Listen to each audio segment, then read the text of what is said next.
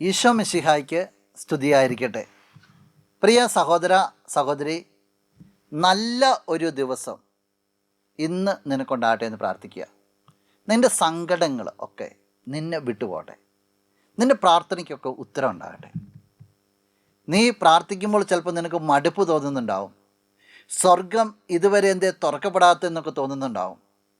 തീർച്ചയായിട്ടും നിൻ്റെ പ്രാർത്ഥന സ്വർഗം കേൾക്കും.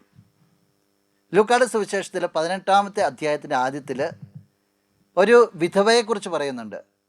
നീതിരഹിതനായ ഒരു വ്യക്തിയുടെ മുമ്പിൽ പോയി നീതിക്ക് വേണ്ടി അപേക്ഷിക്കുന്ന ഒരു വിധവ.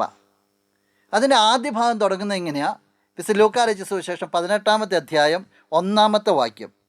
ഭഗ്നാശരാകാതെ എപ്പോഴും പ്രാർത്ഥിക്കണം എന്ന് കാണിക്കാൻ യേശു അവരോട് ഒരു ഉപമ പറഞ്ഞു. ഓക്കെ, ഭഗ്നാശരാകാതെ എപ്പോഴും പ്രാർത്ഥിക്കണമെന്ന് പഠിപ്പിക്കാനായിട്ട്. ജീവിതത്തിൽ എത്ര വീർപ്പുമുട്ട് വന്നാലും, ഒരു ഉത്തരം കിട്ടാത്തൊരവസ്ഥയാണെങ്കിലും മടുപ്പ് തോന്നാതെ നീ പ്രാർത്ഥിക്കണം. ഈശോ ഉപമ പറഞ്ഞതിൻ്റെ അർത്ഥം അതാ. നിൻ്റെ ജീവിതത്തിൽ നീ ഏറ്റെടുക്കേണ്ടത് അതാ. മടുപ്പെന്ന് പറയുന്നത് നിൻ്റെ ജീവിതത്തിൽ ഉണ്ടാകാൻ പാടില്ല. അങ്ങനെ നീ ഒരു സ്റ്റാൻഡ് എടുത്താൽ സ്വർഗ കവാടങ്ങൾ തുറന്ന് നിൻ്റെ ദൈവം നിന്നെ അനുഗ്രഹിക്കും. ഈ അനുഗ്രഹം അനുഭവിക്കാൻ നിനക്ക് സാധിക്കട്ടെ. നമുക്കൊന്ന് പ്രാർത്ഥിക്കാം. കണ്ണുകളടച്ച് കരങ്ങൾ ചേർത്ത് പിടിക്കാം. നല്ലവനായ കർത്താവേ, ഈ സഹോദരനെ, ഈ സഹോദരിയെ പ്രത്യേകമായിട്ട് വിട്ടുതരിക.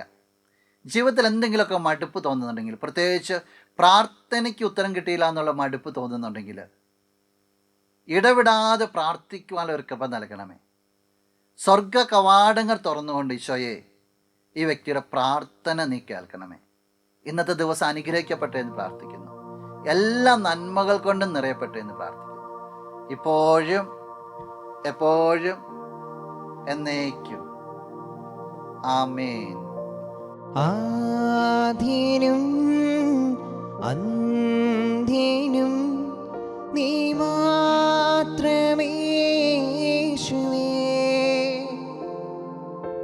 സ്തുതികൾക്കും പുകഴ്ചയ്ക്കും യോഗ്യനേശുവേ.